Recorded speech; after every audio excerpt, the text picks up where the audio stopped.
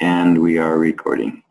Hello, greetings everyone, and welcome to Covenant Calendar Club. We're so glad that you're here. We hope that you are richly blessed from the information that you are about to receive from the scriptures out of the mouth of our teachers. But before we begin, we want to give you a warm welcome and just a big shout out and say, shall we? Hello. Shalom, brother. Shalom. And with that greeting, shalom. And with that greeting, we're going to go ahead and get started turning the screen over to Tim. Tim, take it away, brother. It's all yours. Okay, thank you, Mario. Appreciate it. Appreciate all that you do. We're going to go through some definitions here, and these definitions are the base foundation of what we're going to use throughout the calendar study, throughout the dawn day start, all these studies. This is the very, very most base information that you're going to need to know, and it's important that we understand it. The Hebrew evening of Genesis 1. So many times people tell me, well, the evening starts the day. And they point you to Genesis 1. See, and there was evening and there was morning. But there's an awful lot that they are missing. So let's have a look at it. Should we find out which false doctrine we're believing today? Is there false doctrine out there? Absolutely. And here are some questions to ponder. What is true about the Hebrew Erev, or evening? What tradition of Erev is false? What is taught about Erev evening that is false but appears as truth? It can kind of go incognito, and if you're not willing to look below the camouflage, it's easy to be deceived. To answer these questions, would Genesis be a good place to start? I think so. What do we think we know about the Hebrew evening? Have we inherited a false definition and as a result, a false doctrine for the Hebrew term Erev from the traditions of man? Number 2, is the correct reckoning of the day start essential to understand Yahuwah's feasts and covenant count? That's a very loaded question, that one. Will a better understanding of Erev and the day start give a clearer vision of the timing and appointments for the bride of Yahusha? Are you ready for a necessary paradigm shift about evening? A study on the true meaning of evening, and this will be according to Hebrew definitions, not traditions of man. When is the Hebrew evening? In order to understand the word Erev, or evening as how we get it in English, there are several other terms that must be understood as well. This will be a brief examination of 5 separate units given on day 1 of creation. Yes, there's 5 separate units, and we're going to be looking at those. Have you been interested in when the Hebrew evening occurs and seen and proven by example in the scriptures? Have you ever considered going to the original Hebrew language for the definitions of Erev, the Hebrew word that has been translated into English as evening? Just this week, I had a man tell me, I don't need to know Hebrew. I don't need to know anything about it. I don't want to know anything about it. English is good enough for me. And I tell you, that makes me very, very sad, because I had the privilege to start to learn Spanish. When I started to learn Spanish, I realized that you cannot go from one language to another and have a full translation, complete and proper.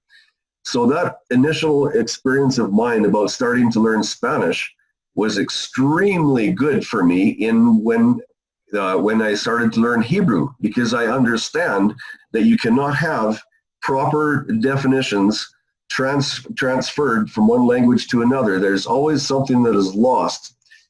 So it's very, very important that we look at Hebrew. Comparisons of the Hebrew letters. The word Erev consists of 3 Hebrew letters, Ayin, Resh, and Beit.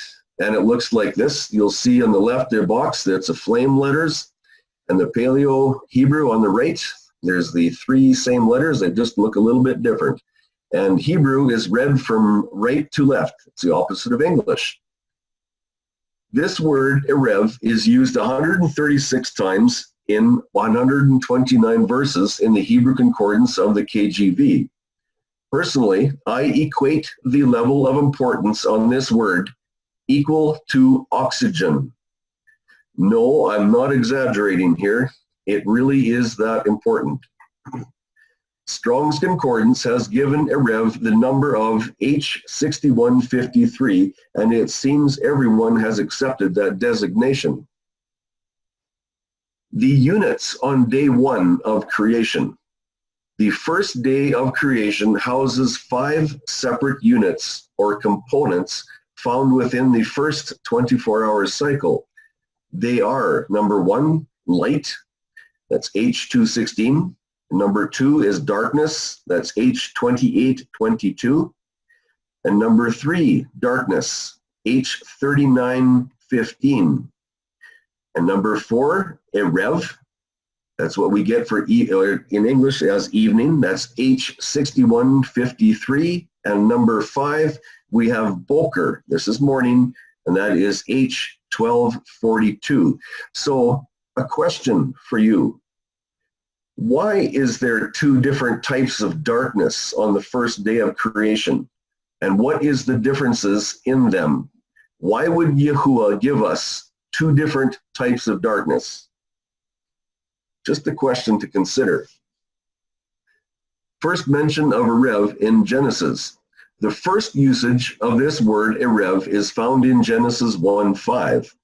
We need to look at this very carefully because there are those who desire to place the Erev, evening, in a location where Yahuwah has not placed it.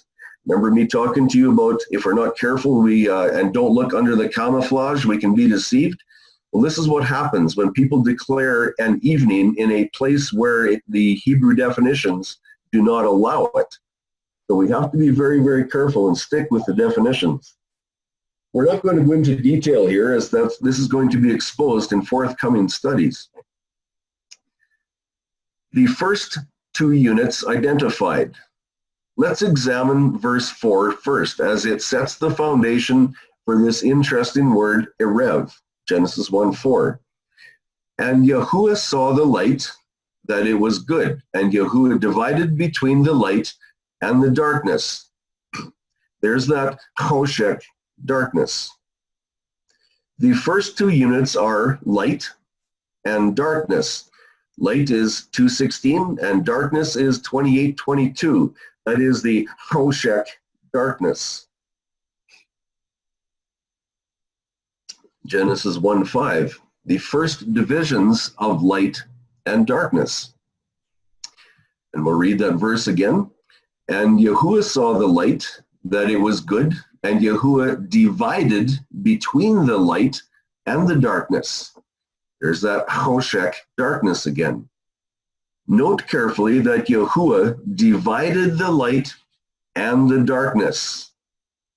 This choshek, darkness, is first mentioned in Genesis 1:2. Yahuwah's perfect creation, the earth, rapidly transitioned into a very chaotic and contaminated atmosphere, far from Yahuwah's original design.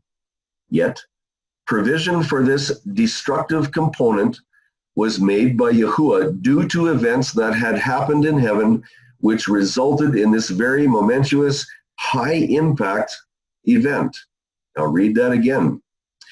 High-impact event. This is on the first day of creation. Darkness, given another definition. Upon this division between light and darkness, in verse 4, another identity is brought forth, and it is called Leil. And we'll read the verse, Genesis 1:5a. And Yahuwah called the light day, and the darkness he called night. There's the first mention of night, 39:15, Leil. This Leil is likened to the night darkness we see during our night season today. And the third unit brought forth. Note carefully that we have seen 3 separate units given at this point in day 1 of creation. They are light, darkness, H2822. This is the chaotic, contaminated atmosphere. And number 3, darkness. That is Leil. That is what we see out at night today. Genesis 1:5a. And Yahuwah called the light day, and the darkness, Choshek, he called night, Leil. The Choshek darkness is also part of our cycles, increasingly so in these latter times. We will not be concentrating on the Choshek darkness in this study, for that is another topic altogether. Genesis 1:5b, and here we see the 4th and 5th units given. In Genesis 1:4 and 5, verses 4 and 5, there are a total of 5 units named by Yahuwah as being fully part of the first cycle of the week. Having already identified 3 units of the 24-hour cycle, we need to look closely at the last part of Genesis 1:5 to identify the last 2 units. Genesis 1:5, and Yahuwah called the light day, and the darkness he called night, and there was evening, there's your Erev, and there was morning, there's the Boker, the first day. Here we see the last 2 units, Erev and Boker. Another generic term for both evening and morning is twilight. This is the final list of 5 units for day 1 of creation. Light, darkness, there's that chaotic, heavy, contaminated atmosphere. Darkness and night, the third one, that's Leil. And then there's Erev, that's the evening twilight, the mixture of light and darkness. And then there's Boker in the morning. That's when the very first light peaks above the dark horizon. And Boker is not discussed until another study. Now I want to look at this darkness, this Choshek darkness. It is a chaotic, heavenly, contaminated atmosphere. And with this, I want to read Isaiah 45:18. And I'm going to ask you, did Yahuwah create this earth with a chaotic, heavily contaminated atmosphere? Let's check out this verse. For thus saith Yahuwah, creator of the Shemayim, that's the heavens. He is Elohim, former of the earth and its maker. He established it. Now, pay attention to this next bit. He did not create it to be empty. He formed it to be inhabited. I am Yahuwah, and there is none else. So how does that verse, when it says there, he formed it to be inhabited? So the question I ask, does this darkness, this Choshek darkness with the chaotic, heavily contaminated atmosphere, how does that fit into a creation where he designed it to be inhabited? Does it fit, or is it a misfit? Addressing the possible confusion, darkness 28:22 and darkness 39:15, Genesis 1:5. And Yahuwah called the light day, and the darkness he called night. Perhaps you have noticed on day 1 of creation, the word darkness is listed with 2 different Hebrew word numbers, as darkness Choshek 28:22 and darkness Leil 39:15. Why does Yahuwah apply 2 different units with the same word to one phrase of this cycle? Would this not be confusion? Yes, to us it would be confusion. However, in Hebrew 28:22 and 39:15, that is Choshek and Leil, are two very different words with two very different meanings. Therefore, this area needs more clarification because there is a lack of word choices when translating from one language to another, especially Hebrew to English. There is no confusion in the Hebrew between darkness 28:22 and darkness 39:15. Genesis 1:5 again. And Yahuwah called the light day, and the darkness he called night. There is no need for confusion between these two Hebrew word numbers that have the same word of darkness in the English language. They have completely different word definitions. Choshek, H28:22, or darkness, is basically a chaotic, contaminated atmosphere that came about, and that is seen in the Hebrew word definition. I'll repeat that again, that came about due to a disastrous event which happened between verses 1 and 2. In simple terms, this H28:22, Choshek, darkness, needed cleansing to establish the unit Yahuwah calls Leil, H39:15, or darkness, or what we call night. And if you go back to Genesis 1, in the very beginning, you'll notice that the Ruach, the Holy Spirit, was fluttering above the waters. And that is the cleansing event that was taking place on the waters. Why did it need to be cleansed? What was the reason the Ruach had to cleanse those waters? What came out of it? Part of that what came out is the Leil, darkness, when he separated the light, the darkness from the light. First things first, Genesis 1:5. And Yahuwah called the light day, and the darkness he called night. In the first part of Genesis 1:5, the light season that is named day is direct light. For us today, actual direct sunlight when the sun is above the horizon. Darkness, which is the night that we know, 39:15, is the total absence of light. For us today, the total absence of sunlight. So what are these two, or what are these other two identities? Erev and Boker, the twilights. What are they and where do they belong? Time to examine the word Erev. The reason for this study is because some feel the two units of Erev and Boker, or the twilights, have nothing in common with the light season. Question: do these twilights of Erev and Boker have anything in common with the light season where there is direct sunlight? For clarification, direct sunlight is when the sun is above the horizon. Because of these questions, we must examine some Hebrew definitions to arrive at concrete conclusions. Our concentration will be on the word Erev, and we get evening in English from that word Erev. Unlike the word darkness, the definitions for Erev are tied directly to Boker. Because Strong's is so common, let's start looking at H6153, where the root word is declared to be H6150. We will then compare to several other sources.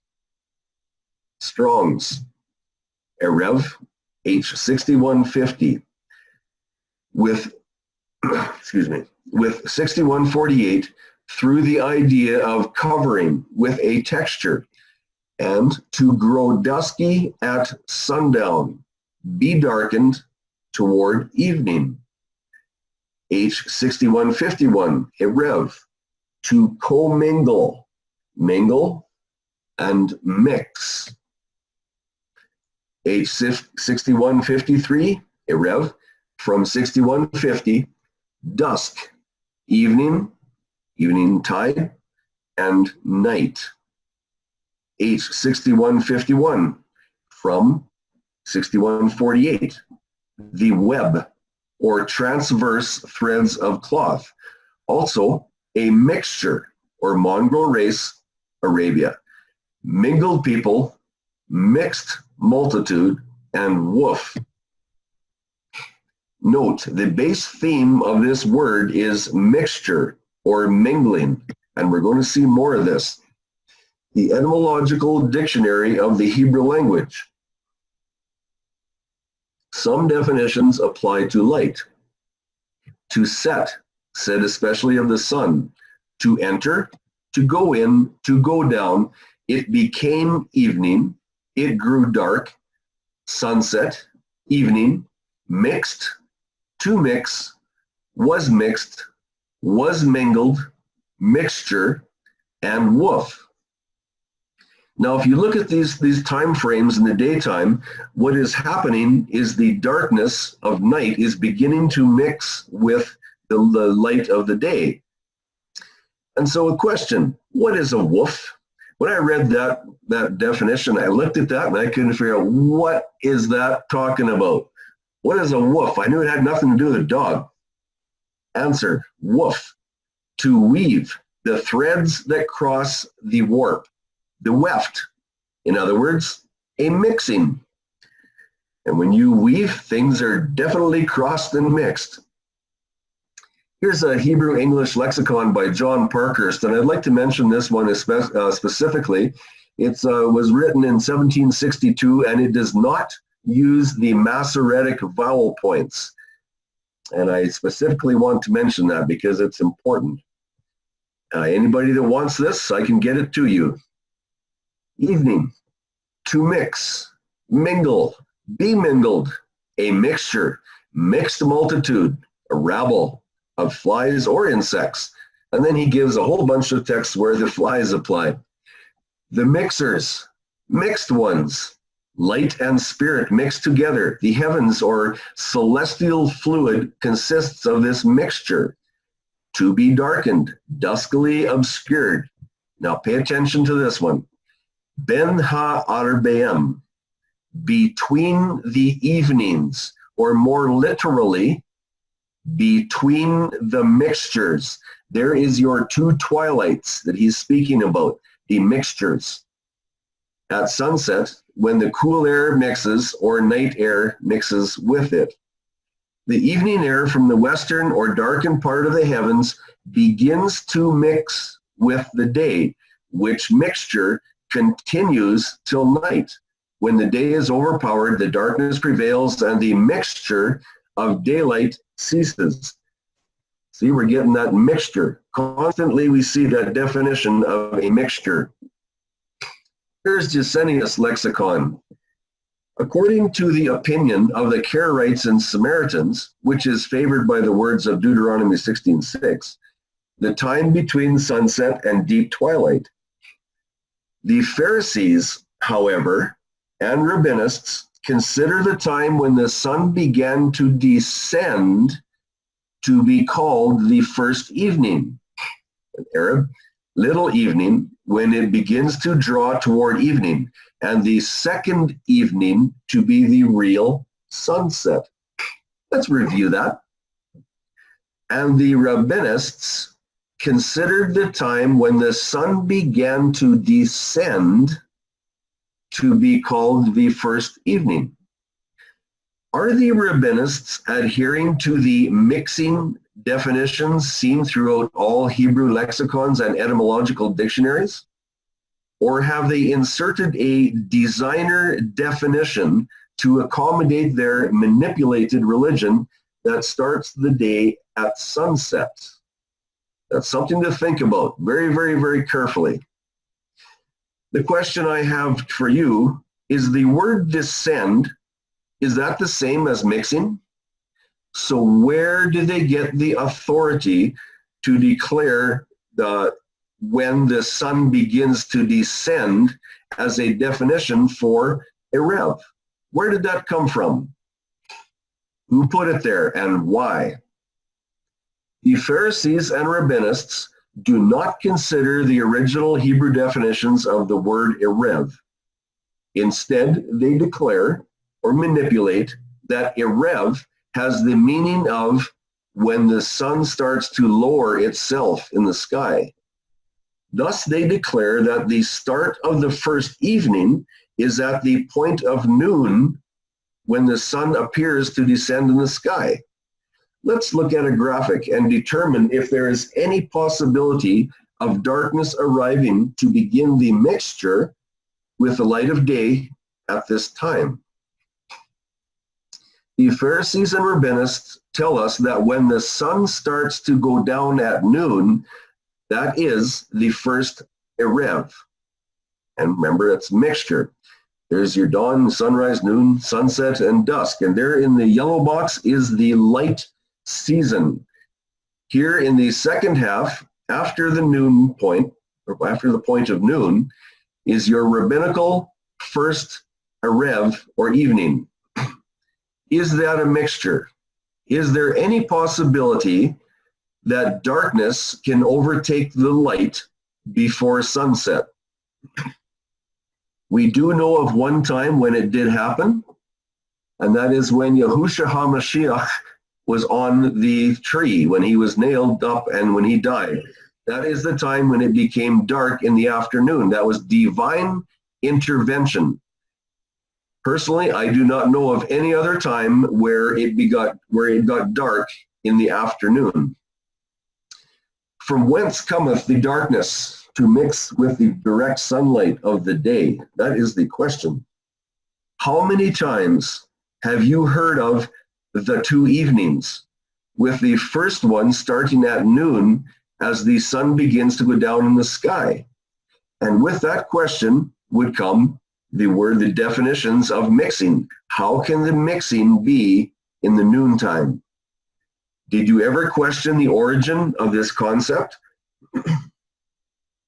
There's your dawn mixture on the very left and your dusk mixture on the very right. The dusk mixture can only come after the sunset, and the dawn mixture on the left can only come before sunrise. As soon as that sun is in the sky, the direct sunlight, there is no possibility of darkness causing a mixture. It is eliminated. Comments for Gesenius lexicon. Number 2, foreigners, strangers, hence foreign kings who made alliance with the Israelites. Note, on the number 2 definition, we see once more the theme of a mixture and mingling. I find the comment made about the Pharisees and the rabbinic concept of the Erev evening beginning at noon extremely interesting, to say the least, and I will comment by asking this question. Yahuwah named the time of direct sunlight or light. Are the rabbis and the Pharisees placing themselves on Yahuwah's throne when they overrule Yahuwah's declaration by naming or, which is light, the direct sunlight, when they name it evening, what would have a mixture of darkness? Are they removing Yahuwah's authority and instilling their own supposed authority? By the first usage in the scriptures, the afternoon evening does not align to any divine example. Here's another lexicon from 1776 by W.H. Barker. Very good.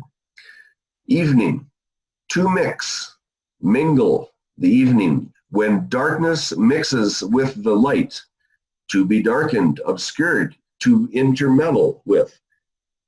Surety, to engage for another, to mortgage. Nehemiah 5:3.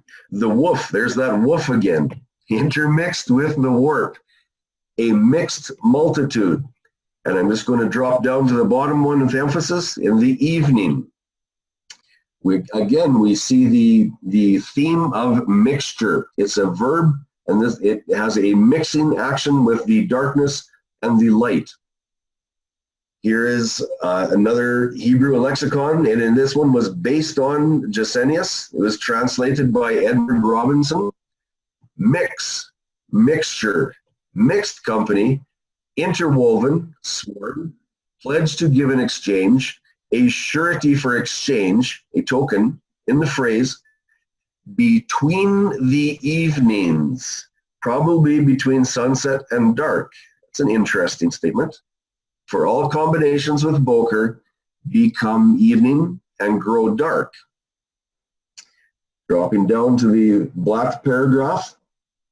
Again, there is a heavy emphasis on a mixing of sunset to darkness period when considering time. Is there a mixing of light and darkness before the sun sets? Something to think about. The Hebrew and Aramaic lexicon of the Old Testament, this one's by Kohler and Baumgartner. To participate in, get involved with someone, to turn into evening, metaphor, to go down, and descent of the sun. And yes, I specifically put that question mark there because I want you to question that. Is this correct? Continuing, sunset at evening, between the two evenings, between sunset and nightfall, together with a type of weaving, woven material, mixing, mixed race, a willow. After reading the definitions from a variety of different sources, the central theme of mixings of separate substances or units is very distinct. It is only in these two twilight portions of the 24-hour cycle, the morning or Boker twilight and the evening twilight, that the mixing of light and darkness occurs, and the word erev can apply. However, this word is only used in conjunction with the Boker when properly identifying and referencing the morning twilight. Yahuwah has broken down the 24-hour cycle into 4 separate segments, so we are able to conduct our lives accordingly. Let's examine a linear graphic first, and then a circular one to be sure we are all on the same page. Light, darkness, evening, and morning, according to Genesis 1. Most of us are Greek linear-minded people, so this chart should be easy to relate to. Okay, on the left, you'll see dawn, and there is the dawn mixture. That is when the light overtakes the darkness in the morning. And we have the sunrise. There's our direct sunlight rays in the heat of the day. There's your sunset. What comes after sunset? There's your mixture, where the darkness takes over the sunlight. There is your Erev mixture. And then your night season. The mixture boxes are the areas where a mixing of light and darkness occurs. These locations for Erev, or mixture, are according to the Hebrew language definitions. These twilights cannot be found before the sun sets, nor after the sun has risen, beginning with day 4's sunlight. Number 4, direct sunlight does not allow for any mixing action to occur, period. Genesis 1:5, order and alignment. Day 1, Ihad, unity. Yahusha brought forth his light first. Why? Because he is light. When he appeared on the locale to create, it was light from him. He is light. There is our first light season. In order to fulfill the Hebrew definition of Erev, or a mixture, light must be present first to enable a twilight mixture before darkness. The light of the first light season began to mix with the oncoming darkness of night season. Erev mixture occurred. And it is only when the light was able to mix with the oncoming darkness that you could have an Erev. Genesis 1:5, and there came to be evening. How did it came to be? The light was first, and then when the darkness mixed with it, that's how the evening came to be. It's very simple. No light first, no Erev evening twilight mixture. It really is that simple. You have to have two identities to mix, to cause a mixture. If the light was not there, there would only be darkness and there would be no mixture and no Erev evening. It just couldn't happen. So the sequence of events in Genesis 1 is written out absolutely perfect.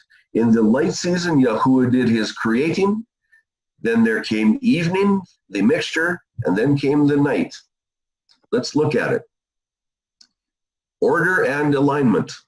Day 1, Echad, unity. Yahusha brought forth his light first. And I want you to look at that very, very carefully, because this is the first light season, Yahusha's light. The evening mixture follows second. Next, the night season passes. There is your Leil, light or night. Last, the Boker morning twilight arrives, finishing day 1. The very first indication of new light triggers the ending of the previous 24-hour cycle. Day 1 finalized.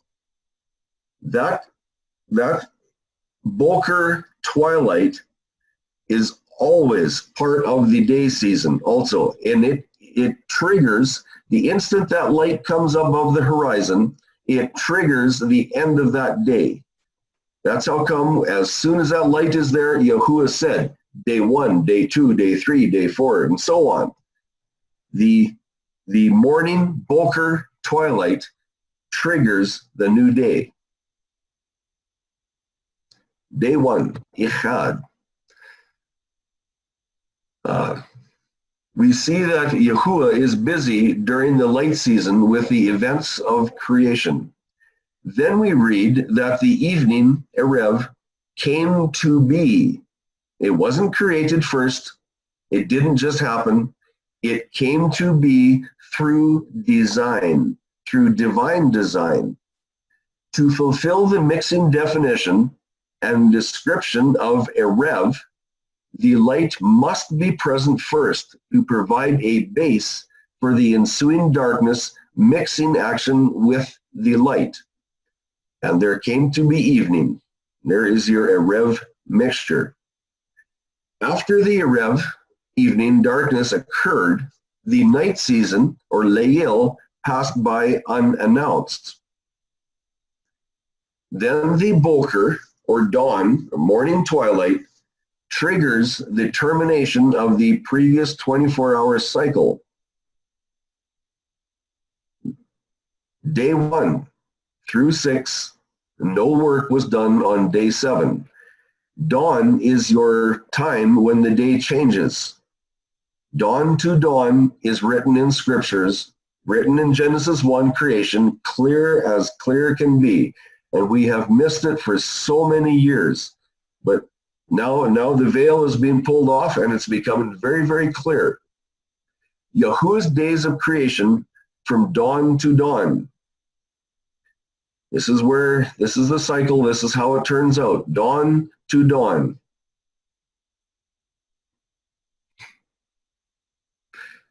Yahusha's Passion Week, dawn to dawn. And the Passion Week is so incredibly, brilliantly clear on dawn to dawn. I have no idea how we didn't see this in years past.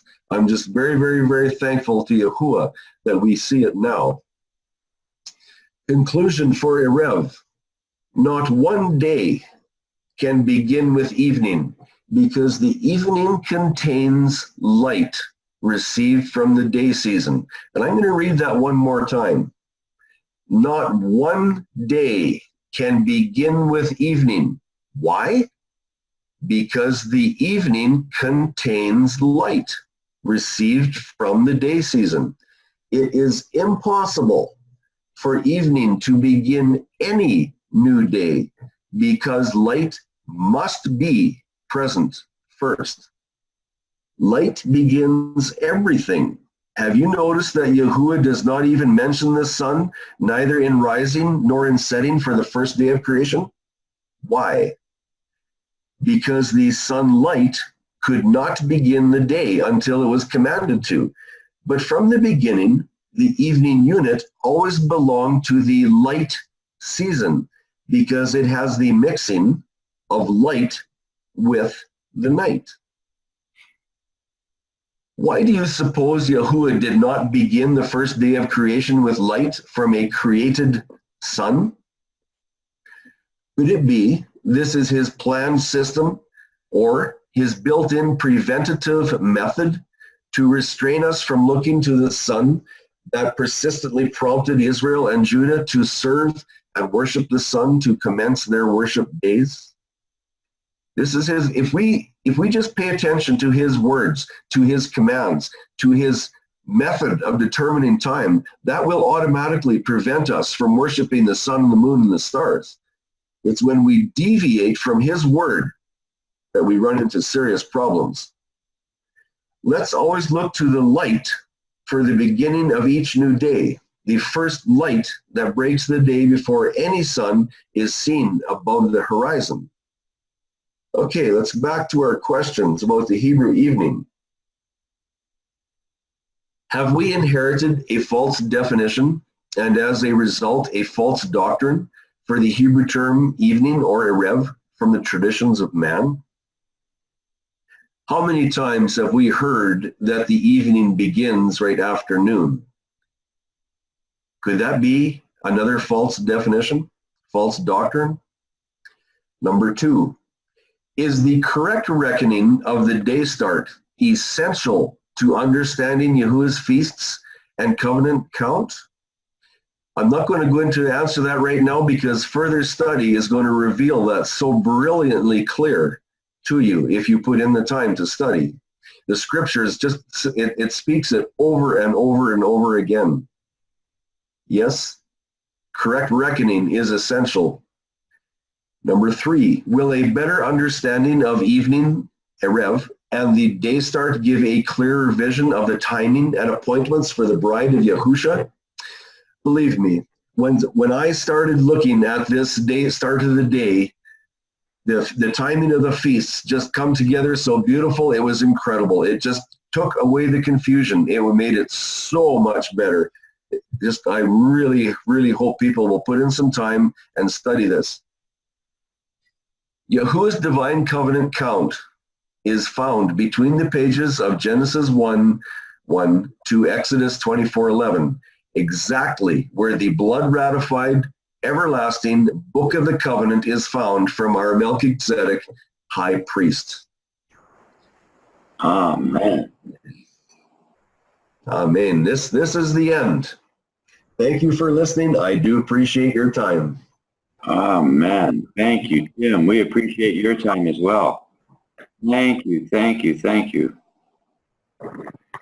Can I tell you something real quick? Certainly. So, children, we don't listen enough to them. Children, they're born and they are closer to Yah than we give them credit for. Last year, my son, it was his birthday, and he spent the night with me. And I woke up, and he was still awake. And it was after midnight. And I said, "Happy birthday." And he said, "It's not my birthday till tomorrow." And I said, "Yeah."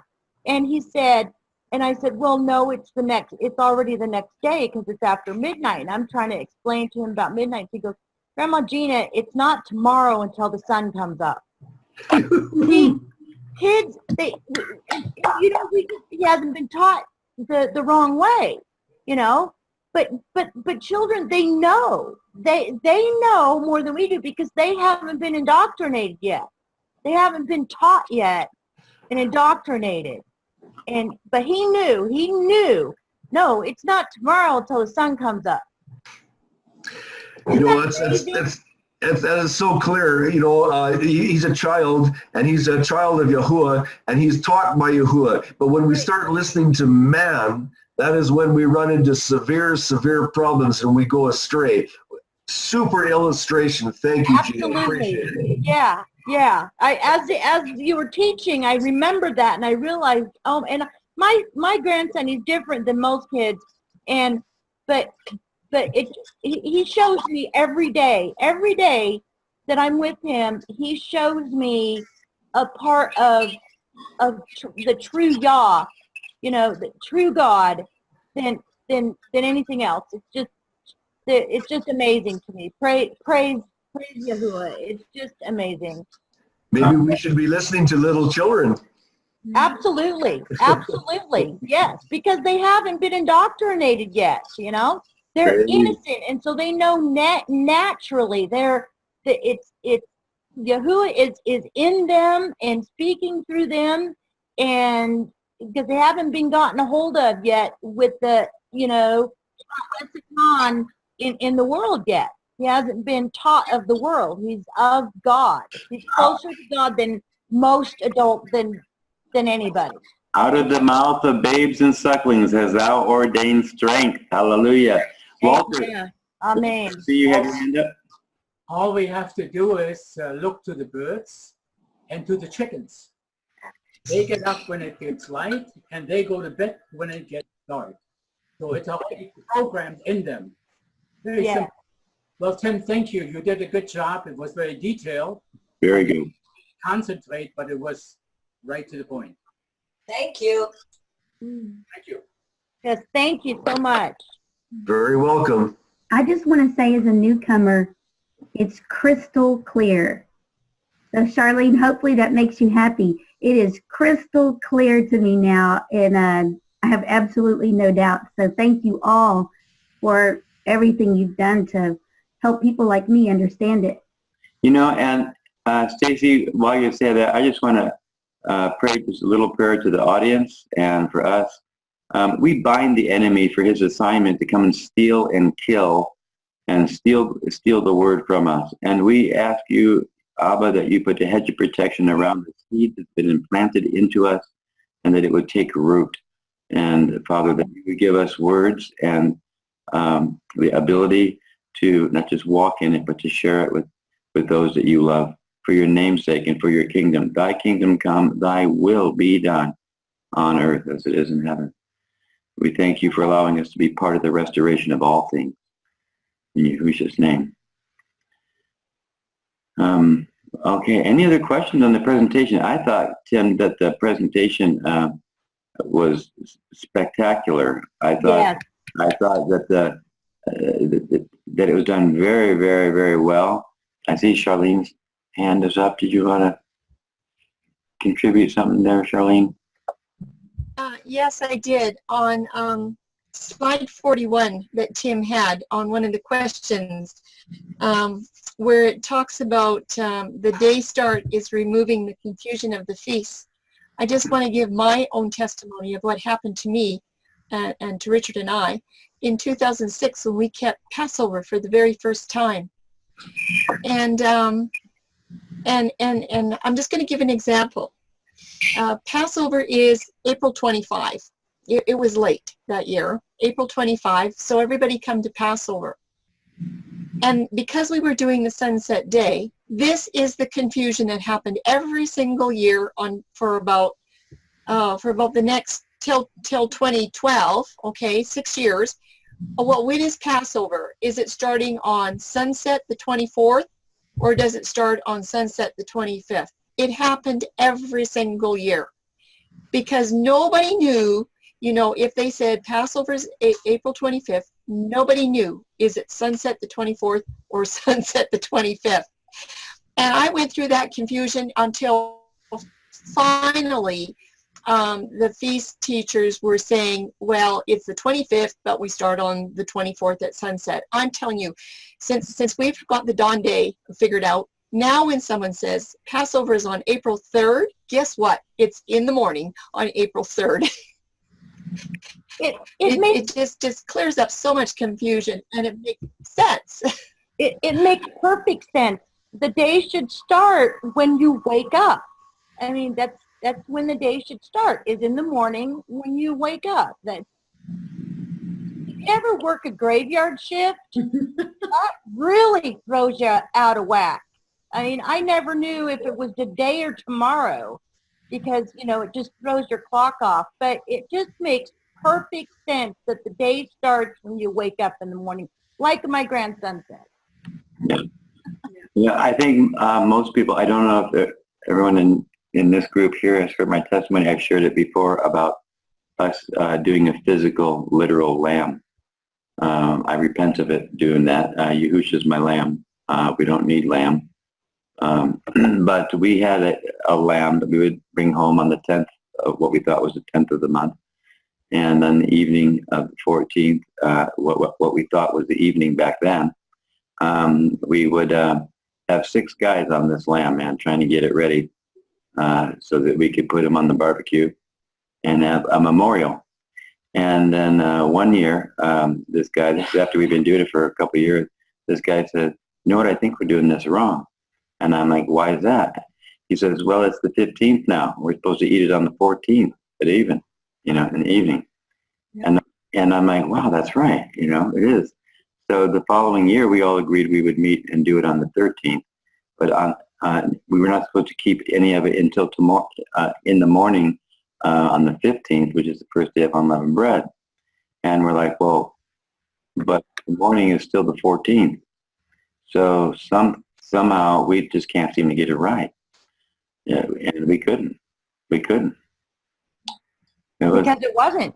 You can't get something right when it's wrong. Right. And not only that, but we realized it took 6 guys, 6 of us, to skin that animal, to, you know, make sure we didn't break any bone, you know, and or anything like that, being very careful, you know, get them on the spit and you know, start rotisserie, you know, and all that kind of stuff. This is 6 guys working on one animal. Okay, can you imagine the priest doing like thousands of animals, like in like a 15-minute window, you know, a 10-minute window? It's not realistic. But when you have all day between the evenings to prepare that thing, all day, I mean, that's doable. Is definitely doable. You know, so but I don't know if that helped anyone. Maybe it helps a listener. They can point a finger at me and say, you actually had a lamb at your house. Yeah, we did. I confess. I repent. That was then. This is now. Today's a new day. I mean, I didn't have today yesterday, so that's a new day. So praise God for that. Mario, you know, what I found is anyone that's come into the full truth almost always went under the schoolmaster like that to get to the real truth. And I don't know anybody who didn't. I'm sure there are people, but I don't know anybody that hasn't gone through some form of what you just described. You know what, Stacy? You know, Stacy, there's this guy, he's not here tonight, but his name is Rod. And he didn't come with any luggage or background or any of that kind of stuff. I'm so jealous of that guy. I mean, he came in, he didn't have to get rid of any of that baggage and stuff, but I did come in through the Messianic window and the Hebrew roots, you know, all that. I think Abba uses certain things. He can use a donkey, I mean, to speak to us, right? He can use all of it. I pray for the church constantly because I know there was a season that Abba used the church to deliver milk, you know, the milk of the word, that I love you, I care about you, and I have a solution, you know, for you in Messiah. So, you know, just like Saul's kingdom, imagine that. You know, the people complained and wanted a king, and Abba says, okay, fine, I'll give you your king. You know, but the kingdom of Saul was anointed. It was a big deal. But then the anointing was pulled off of Saul and some guy in a cave with a little bit of oil. People had to choose, well, you know, do I want this kingdom that's, you know, secure, stained glass windows, employment, everything seems to be smooth and, you know, everybody agrees and there's no, you know, or do I want to go be in a cave with some guy that don't got nothing except a little bit of oil? You know, they had to make a choice, you know, between leaving the kingdom of Saul and entering into the kingdom of Yahusha or David, or in this case, Melchizedek. So there's nothing new under the sun. Still, you know, still happening. I I don't forget where Abba put me through or brought me through, and all the trials and all the mistakes. I had to go through those. That's part of the molding process, I think. So I really love the people that are in there, but I don't care for the message. You know. Those experiences can also help you relate to other people too, Mario, as you well know. You can talk to other people, you understand them, you can relate to them, and it makes conversation, it makes friendship better, it makes sharing better. So those are, even though those are things that we were able to drop and release, it makes things much more valuable in being able to relate to other people. And Yahuwah brought us, or Yahusha brought us out of those things. Yeah. Thankful for that too. Yeah. Mary DeMello, you've been quiet. I don't mean to put you on the spot, but I'm just wondering if you have any questions, we would like to answer them if it's possible. Or comment. You did. No, I've actually been going through the slides on the website and real eye openers. Good presentation tonight. It was very good. Thank you. You're welcome. You're welcome. Well, I hope and pray that those that are watching this video have the same experience. It's like, wow, there's no questions. That's pretty easy to understand. I get it. You know, praise Yah. Yeah, you know, yesterday, I think it was yesterday, we were driving down the road. There was this woman standing out with a sign, walking back and forth. And sometimes in the neighborhood, you know, somebody holds a sign that says, you know, need gas or will work for food or something like that, right? But this wasn't. This sign just said, I don't even want to say, JC loves you, you know, and she's standing out there in the heat holding up this sign that says, JC love you. Now, I didn't have the time to stop by and talk with her because we were on an errand, had to get back. I do homeschooling for my son, and anyway, but he did arrest me and say, pray for her, and look, you know, and keep your eye out for her. So I just, you know, said, Father, I don't know her name, but you know her name, and you obviously, I can see the heart that she has for you. I mean, she was alone out there on the street with the sign, you know, no, you know, just wanting to let people know that they're loved. And I thought, man, I hope to see her again. I'd like to just, you know, talk to her. But she probably doesn't know that some guy driving down the road is praying for me. So, Charlene, your hand is raised. Yes. I just wanted to share something that happened last week Friday after our calendar class.